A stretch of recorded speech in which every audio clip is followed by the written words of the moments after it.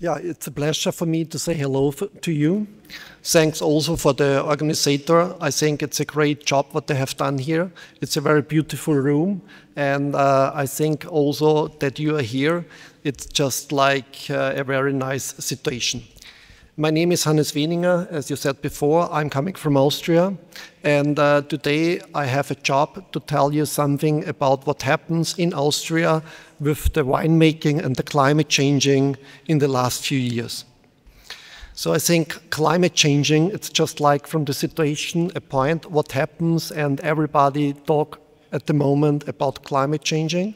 In my presentation, I want to give you some overview what happens in Austria in the last few years, and also what happens with the influence on our business for the wine technology and the wine production there. I just want to give you a short introduction about what happens in Austria in general. I want to speak with you about climate changing, what is the influence there on the grapes in Austria, what is the influence on the wine technology, and of course the most important point, what happens with the impact on the Austrian wine style in the last year, and also what can you do as a wine producer to avoid some troubles and some problems behind. That means you get also some recommendation from my side for a practical handling of this. So some facts. It's just like in the last few years, there would be a lot of differences. And in the follow presentation, I do not want to speak about climate changing. I want to speak a little bit about weather extremes. And this happens also in the last year in Austria. So the last year, 2024, it was the warmest year what we have ever in Austria. And of course, this has a big influence on different things. It starts just like with the production, not only in our business field, in the grape production. Of course, there are also many other influences there. I'm coming back to this topic later. Weather extremes means not only a changing of the temperature.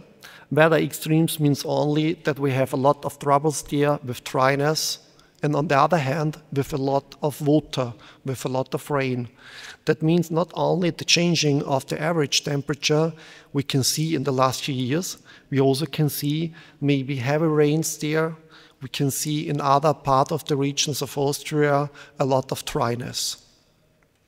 You can see here the differences just like from the average temperature. That means we have a light changing for 20, 30, 50 years. And this small influence with 0.5 changing in the average temperature has enormous changing every day for the culture, for the wine growing there, and one fact is also for the microbiology.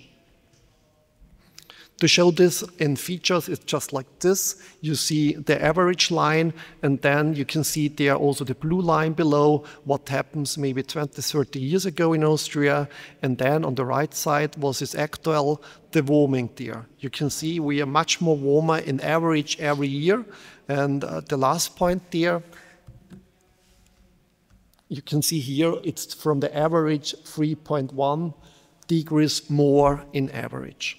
And this has a great or a crazy influence there also on our grape production in Austria. But before I coming back to this, I just want to show you, everybody knows, of course, Austria, the mountains behind. This is very important. Somebody said before about selling of wines, that's clear. We have to sell our products, and in Austria, the mountains are very important to sell our wine in the skiing regions there. This mountain, what you can see here, this is just like the biggest and the highest mountain in Austria. It's called Großglockner. And you can see here the glacier behind. That means this kind of glacier, it's going down and it's a reduction every year. And this is a big influence also for us on the mountains, on the plants there, in the environment. And not only for the skiing, it also has a huge influence there with the warming, because the snow is covering the mountains and it's covering also the population of the microbiology and also for the future of Austria and this kind of influence. And I just like this graphic too, because on the left side you can see this is just like the snow level and in centimeter, and then you can see the long-term average, and you can see here what happens. That means we have less snow all the years, and less snow means, on the other hand, there is no protection of the mountains, there are some changing there of the environment, microbiology, and there are also coming some troubles there with the heavy rains in Austria. That means the mountains warming up very well there. We have this kind of changing of the ecosystem, which we already said. And I'm coming back now to our region, and the problem is what you can see on the right side. Weather extremes in the last few years happens in Austria. This is just like a picture from the last year. It's in the north of Vienna, it's near to Tulln, and you can see this crazy floating there. And on the other hand, we have a lot of problems of dryness in other regions. And that's the reason why I only want to talk about weather extremes, because if you make some average in Austria about the region, about the temperature, something else, maybe the influence or the difference is not so high. But if you can see this there, that in one region it's crazy, with a lot of rain in a short time. In this region it was around 400 liters per square meter in some hours. And in the other region, they only have sunburning, they have dryness and something like this here. And this is, of course, a big challenge, just like for the agriculture, for the grape production, and, of course, for everybody else who is living in this region too.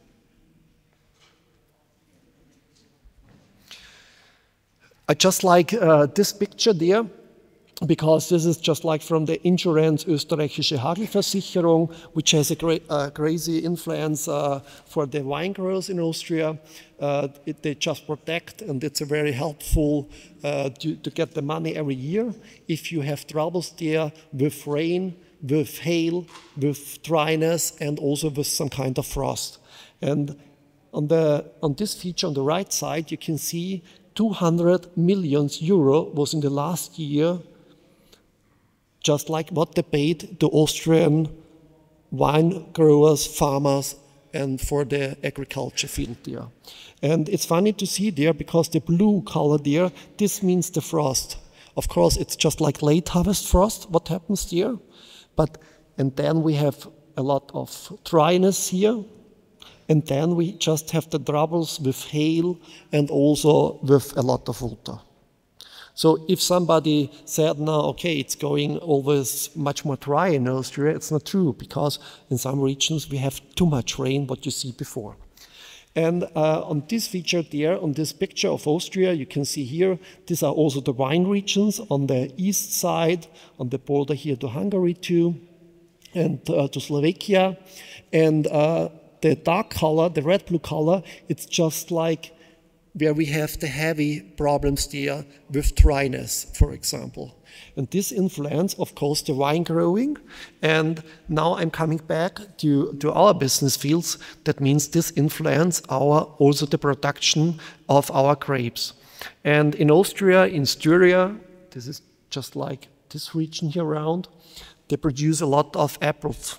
And they have a very nice sentence behind, and it's called in the German language frisch, fruchtig, steirisch. That means fresh, fruity, it's coming from Styria. And why? Because they have a lot of difference between the day and the night. And if you remember what happens maybe also in your country in the last year, I just tried one wine on the 1st of August near to Budapest. So it was just like exceptional situation that you can try a white wine at this time. That means what happens? You have the wine growing period is coming closer and shorter, and this is just like the same there in Austria. But on the other hand, we need for the fruit and precursor production just like the difference between the night and the day. And if we do not have this, then we cannot produce maybe precursor and fruit and fresh wine. And Austria, it's of course a cool climate style wine regions there, and I hope we also can influence this in the future, just like maybe with some technology, with some production in the vineyard, with some changing there. But I think it's also necessary to change the brain and the mentality of the wine production. In the last year, somebody told me in Austria, okay, in August, in the end of August, I always go to holiday. Yeah, you can do that, it's fine there, but if you're living with the nature, then you have to change something there if you want to sell your wine, the same style of the wine also in the future. So, from my point of view, also, if I'm coming back, there is a huge influence just like on the microbiology, that's clear there. And I want to show you something after, and only some parameters, what influence you here. Of course, we have a lot of rain, temperature changing, different diseases, and we also get other microorganisms in our vineyards there. And not only in the vineyards, it means also in the cellar. And this has a huge influence. I want to show it to you after. I do not want to tell you something regarding this topic there, what is the influence in general, but the heavy rains, of course, are in relation in Austria with the high temperature and with the dryness, that you have a lot of humidity, and some, if the humidity it's maybe too strong or too heavy, then you get the problems there with hail and also with the heavy rains. So, the world is burning a little bit, maybe. I think from our point of view of the grape production, I think it's true there, because if you look to South Africa, you have a lot of bushfire in the last few years. They are faced to other problems there. They have some smoke taint into the wine, into the grapes, because the surface of the grapes just like take this smell, and then you can also feel it in the wine. So in this region, this is a crazy huge problem there. In our situation in Europe there, it's good that we do not face these problems at the moment. But what we are faces, or what we can see on the international market, it's a changing of the climate region for the wine production there. So it means it's going much more in the north or in other direction there. And what are doing the wine growers? They're just going to plant the vineyards there on the north side, or maybe on a higher altitude or something like this there. And the question is just like what I want to show with the example of the Champagne. Champagne, it's getting too warm. In the former time, they have a lot of total acidity, a very high total acidity, and a very low alcohol content. That means a low sugar content. And now the grape production, it's also very ripe at the moment. So what they're doing, they're looking for some other areas where they can produce the typically grapes. They're going to Great Britain or something else. And also in Austria at the moment, people in the cool climate region, in Styria, some parts of Lower Austria and so on, they're just looking for the northern parts of vineyards there, or maybe in the middle of some forests and so on. Just like to keep the precursor substances to produce the same style of the wine, what our clients know. And I think this is the most important point, because why we are selling typically wines there, it's coming from the fruit, it's coming from the flavor. And of course, we want to keep our clients there. So I think we have to change the mind to say, okay, it's now the nature is changing, or the climate is changing, and we are doing always the same. I think this is not the right positioning. We have also to go with the nature, it's a nature product, and also to follow, and maybe also to use some other kind of techniques and technology to produce the same style of the wine.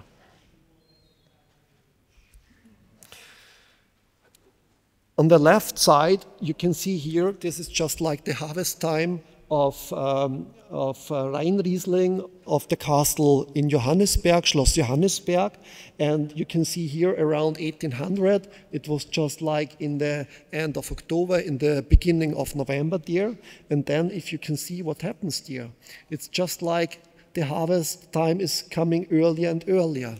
And in the year around 2000, I had worked in Germany for some years in this region. And at this time, the harvest time was also in November there. But now, if I'm coming to our mother company, to Geisenheim, then they start the harvest also in August and in the beginning of September. And I discussed the last time there the typically fruit of the Rheingau region, Riesling there. because normally it was also a higher acidity. It was typically, if you try on the international panel a Rheingauer Rheinriesling, you know it was also typically from the fruit character. And now in the last, I was wondering, because they lose this fruit character there, because the wines is getting too ripe, they have too much sun there, they do not get this kind of typically precursor substances, and so on. On the right side, you can see the dryness. This is just like what happens in Austria in the last few years. That means we had a lot of sun burning behind there in the vineyard. We had a lot of other character there. And what happens then if you have a lot of sun? The grape, the skin of the grape produce polyphenols there. You have more polyphenols in your wine and lesser fruit inside, a lower total acidity, high sugar concentration, and so on. That means the work in the vineyard starts also to say, what can I do to prevent this? The critical, of course, for the wine grower in Austria at the moment is to take the right decision. Because climate changing or weather extremes means you do not have the same situation every year. And then it depends from the region where you are. So 2 villages more or lesser, it's a complete other situation there. In the vineyard, from the rain, from the dryness, and something else. So at the moment in Austria, you cannot speak in general what happens with the influence, because it depends from the small location of the vineyards and the grape production there. In Austria, we also have every year a lot of hail, just like only to show this. And the influence of the grape production are just like this. What can you do? Of course, some of them starts with an earlier harvest, or they make 2 or 3 times of running the harvest there. We have, of course, the same situation with a higher sugar concentration, lesser total acidity. The ripeness, it's always a critical point. What means ripe? I think from my point of view, it's not necessary to have a complete physiological ripeness of the grapes, because if you have this, then you also lose some fruity or freshness of the wines. So sometimes it's better to get some green grapes to keep the fruitiness. And in Austria, we faced also in the last few years many troubles there and problems with the stability of the wine. You know, the Austrian Grüne Veltliner, it's an autochthone varietal, and the protein stabilization, it's very hard there, because sometimes you need around 400, 500 grams of pentonite to get a stable wine. And with the dryness, it's often more. And microorganisms, this is what I want to show you after, what happens if you do not follow maybe some other perspective. I said it's a changing of the microorganisms. Some speaker after, I think they go more in details, just like with the diseases, what happens there. I only want to speak in general that this kind of influence happens. There are more diseases are coming in the vineyard, and you also bring some other microorganism which feels much more better with this changing of the small average temperature in the vineyard too. And you bring this microorganism, of course, into our cellar and in the wine production. And the question is not only always what is the influence on the main product, it's also the question which kind of side products they are producing, and during our fermentation, what is the influence of our wine flavor and technology there. So if I describe the Austrian wine style, it's just like this. We are a cool climate region there. That means we have a lot of fruity freshness inside, easy to drinking. In the former time, a very low content of polyphenols there, high aging potential through also maybe the higher total acidity, normal content of alcohol between 12, 14, just like this there. We have a lot of autochthone varietals, and I think this is just like typically for Austria, because we sell this based on the fruit and on the flavor. And if these weather extremes are coming, that means it's coming of the precursor substances. Maybe in the future we cannot sell anymore this kind of type. And then we're going more uniform, maybe with other countries there. And I think this is a very important point, just like to avoid this situation. And why we are selling wine, it's not regarding the alcohol. Of course, the alcohol, it's also a very important part, just like they are inside. Why? Because some aroma compounds are only getting free or visible or tasty, just like with the alcohol. If you do not have alcohol, we do not can feel this kind of substances. And I think this is the most important point. And the opposite, why it's necessary that wine has alcohol, and we can see it if you taste alcohol-free wine, you do not have this kind of experience there. Maybe in the beer industry, it's another situation. It's much more easier because beer do not have this special flavor there, this feeling behind if you try a wine in the summertime and we're discussing about the different flavors. I think this is the value of the wine, to have a small part of maybe 0.8 grams per liter, which are remarkable for the aroma compounds, and that's the reason why we're selling our wines, 0.8 grams per liter. And I just like this description always, from green to exotic aromas and so on. And yesterday evening, we also tasted some wines here from the region. It's just like the same. It's a cool climate style. And I just like to see this kind of wine, which was really fruity. And you have experience. You're laughing if you try this wine there. And also from some autochthone varietal. And I think it's our passion, and it's also our job, just like to keep this. So what means now the influence, in coming back to the wine technology, what means now the influence? It's just like I have done here different parameters, what you can see there. It's just like starts in the vineyards with the harvest. What can you do there with the harvest time, hand picking, using a machine to pick the grapes and something else. These are all tools what you can use there. And it makes maybe no sense to say, okay, we only do hand picking, and then you have outside the temperature around 40 degrees on the grapes. That means if you make the harvest, you have a lot of microbiology behind there. And then how you want to remove this?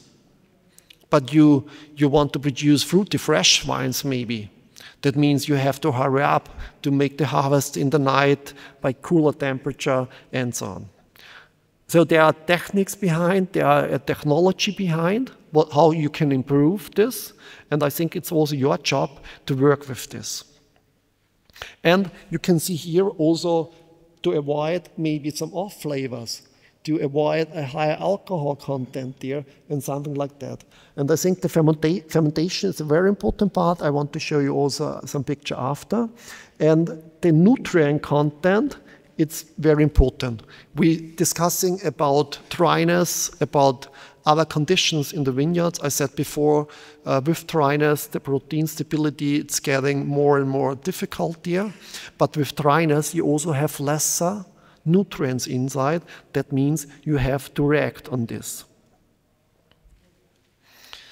And I like this graphic here. Why? On the left side, you can see the sugar concentration and the sugar, and then you just have the yan, that means the nitrogen, what you need during the fermentation. And it's funny to see that you need, with a higher sugar concentration, you just need more nitrogen to make the fermentation per 1% of alcohol.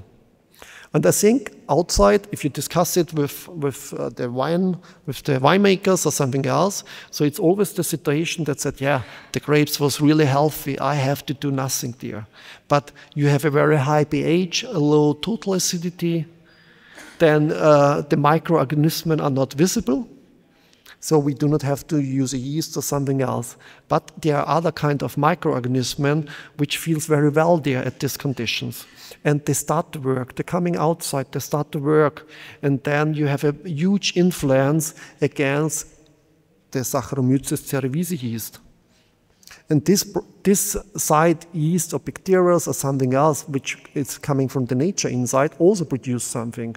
But maybe you do not like this, what they are produced. Of course, the same influence, it's not only by the nutrients, it's also just like by amino acid. You can see here also some graphic where is during the ripeness the content of different amino acids. I do not want to explain it now too much. I want to go a little bit faster now. And coming back to some other amino acids, and with the changing, there you also have other kind of contents inside. And you know you need the amino acids for the fermentation. If you have a lack there in the circle of a yeast or different microorganism, it's not running well, so they're going with the production in another direction inside. But what I want to show you here, it's just like also the influence of the fermentation temperature, what you can do, what is in your hand, just like to say, okay, with a cooler fermentation, with a lower fermentation and higher fermentation, I can avoid something there. If you have a high alcohol content and lesser fruit, then of course it's necessary to make some treatment in the mast there to reduce maybe some polyphenols, because polyphenols also can inhibit you the fruit and the freshness character. And you can use maybe some yeast also with a cooler fermentation, with keep on a natural way, or produce maybe also in a natural way a higher total acidity. This is possible. Different companies are offering some products at the moment there, and it's your tool to choose. And it's also your tool just like to use maybe to choose the right product for the right situation. Not to say I always do it like this there. I think it's the job of a winemaker to make the right decision in this way too. So I'm not sure who can tell me, of course the microbiology specialist can do it, but maybe you can tell me what you can see here inside. And I was wondering, the last year, I'm living on the border to Sopron. It's called the Keck-Francosch region of Burgenland. And we have, like the name it is, we have a lot of red wine producers there, and also very famous one. And I was coming in the last year in a cellar inside, and I was smelling. And I was wondering what happens there. Because this is what you can see there. This is just like Brettanomyces inside. And I was coming in the cellar, smelled this and said, oh, you have a huge problem there. And the problem was just like not faced at the moment from the winemaker, because the grapes was just like perfect, all the conditions was perfect outside in the vineyard, it was healthy and so on. But he do not recognize what happens with the total acidity, with the pH. So this kind of wines has a pH around 3.6 to 3.8 and more. And he said, yeah, I have used some yeast, but 5 grams per hectoliter. And before I said, from the nature, if the population is too high, then you get a too high competition between the changed microorganism from the vineyard, and also if you're adding a Saccharomyces cerevisiae after. So this population from the vineyard was too high. And he has done the same. So he made the harvest during the day, perfect hand picking, temperature 35 degrees. Then we put everything in the cellar, and then we leave it. And one day after, he add the 5 grams. So he can waste these wines. There was a volatile acidity around 1.2 to 1.4 grams per liter. Every wine has Brettanomyces inside, so you can do nothing with this wine.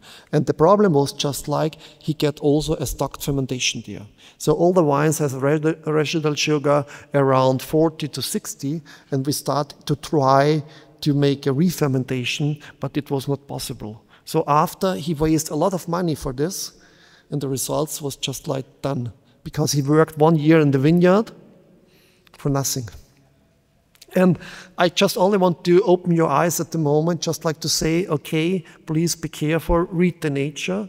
There are some techniques behind, there are some technology behind, which helps you just like to avoid some problems.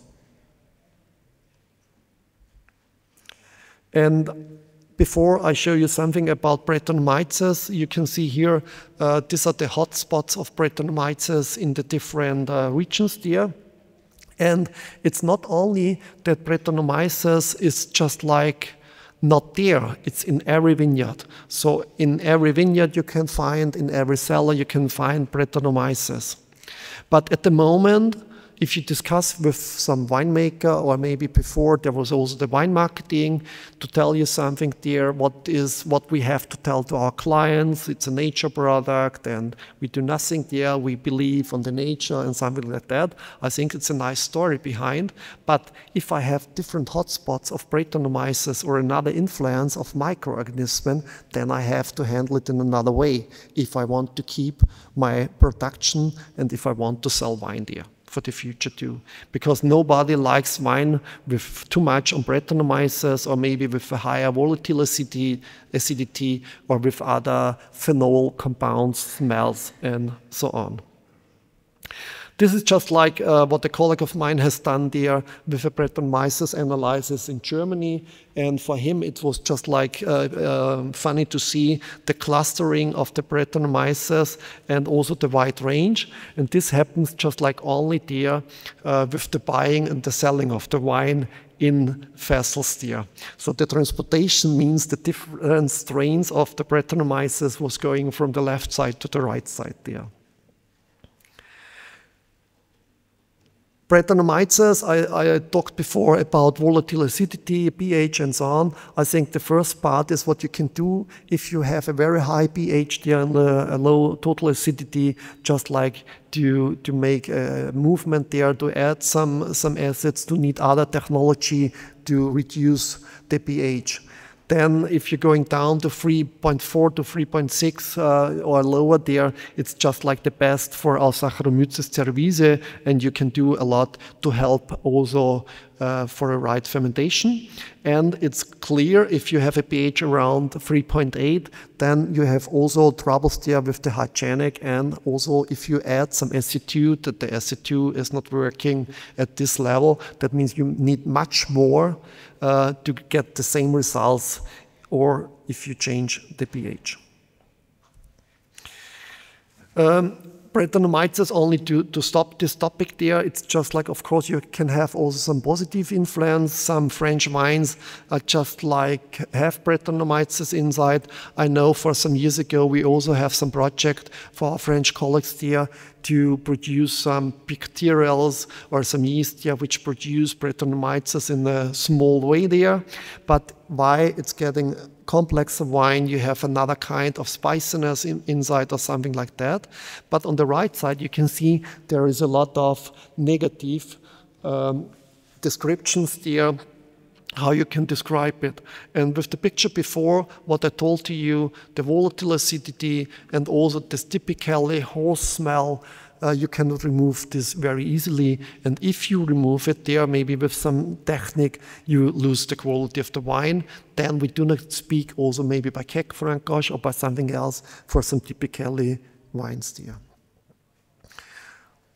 Changing of the temperature means that some other microorganism feels much more better in under these conditions here. And here you can see on the right side, sorry, it's in German, you can see different microorganisms and also yeast here.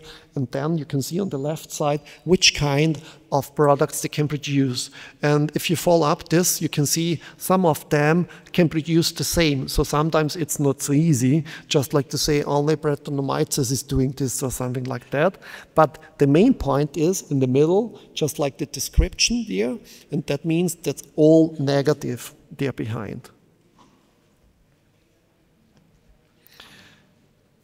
We, from the company Erbsler, we offering different kind of enzymes. We do it in the way that we normally have liquid enzymes there. And what we said, we have also in our marketing aspect that we said we have depsidase-free enzymes.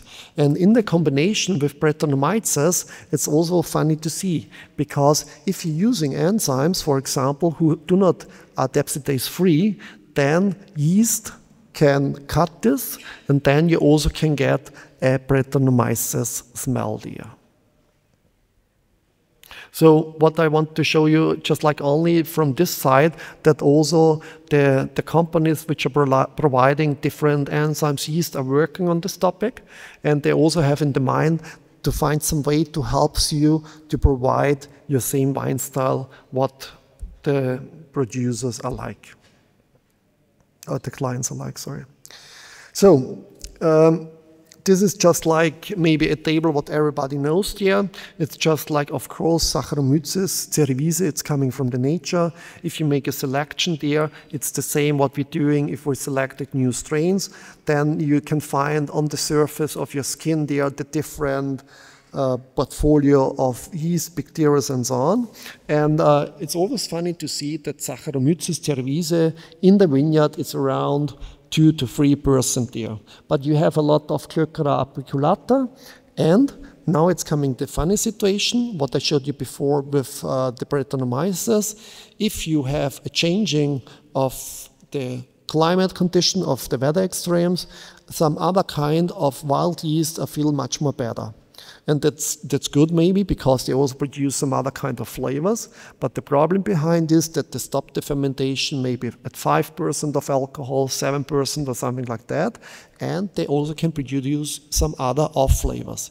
And to avoid this, it's now your job by the harvest and the technology to improve this in a way. Bacterials, yeast also can help. I showed you before some sheet regarding some amino acids and so on, nutrients. And this is just like what happens inside in the running of a microorganism, that you have different pathways which are going on. And if you have a lake of nutrients, or if you have a lake of some other substances, some circles cannot run. That means they are stopped, and then the fermentation gets stopped or the production of the flavors. The same happened here also, just like with Lactobacillus and Enococcus oenis. Some of them are also working together in a symbiotic way, and then if there is maybe some lake of something there, they can spoilage your wine. Here you can see the alcoholic fermentation, what is going on. That means here is just like the harvest and the aging of the wine. Here is just like the contents of, for example, here yeast. You can see the yeast for the fermentation is very high.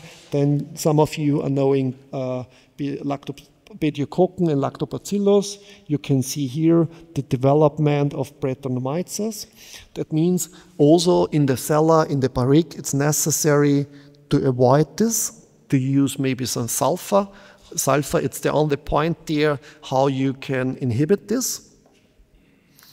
And on the other way, it's also here with the green and blue line, what you can see during the time with some bacterials, you also can produce bioorganic amines. And bioorganic amines, it's just like what you know there, we're speaking about allergens. And some people, if they drink wine, they get a red face, they get something else there on the skins. And to avoid this, it means it's coming from a wrong population of the microorganism, and that means you have to avoid this with the right decision of you. So climate and extreme weather means if you want to produce and sell your nature, that means also a cool climate style in Austria, fresh, fruity, lively wines, which your client know from the past, means you have to adapt something. That means the grape production to improve this with the harvest, with the acidity, with the changing of the pH there. You have many tools at the moment to use the technique behind to improve this, and also from the technology to do like this. This is just like, I'm coming now to the end of my presentation, this is just like only a summarizing what you can do there in the wine technology. And for me, SC2, it's very important there, the adapting of the pH. This is just like the phase to change the wine style by the fermentation. It's just fine there. I speak before about polyphenol content. If you have dryness, you always have a lot of polyphenols inside. And we have the experience in Austria at the moment that we have to do something by the harvest in the mash treatment, but sometimes it's necessary to make a corrector also before bottling of the wine, because polyphenols are covering your wine and the fruitiness and the freshness, and this is not coming outside. So the wine it's getting much more faster aged and it's getting much more older. And to avoid this, it's the only way to reduce the polyphenol content. Nutrients are very important there. It's a very important part because if you have the lack of the nutrients, you cannot produce fresh, fruity wines. So this is just like the way. 2 slides more, then I'm finished here. I just want to show you maybe only, I spoke before about Riesling wines. What you can see here, it's just like in Australia. Sorry. And you can see here, this is just like the TTN concentration. That means this kind of concentration, what you can find in Riesling wines if they're getting older and lesser fruit. And of course, in Australia, it's the concentration of these samples higher because they have a lot of fruit. And to avoid this, you have to work in the vineyard, maybe to protect the grapes, the skin of the grapes and something like this here.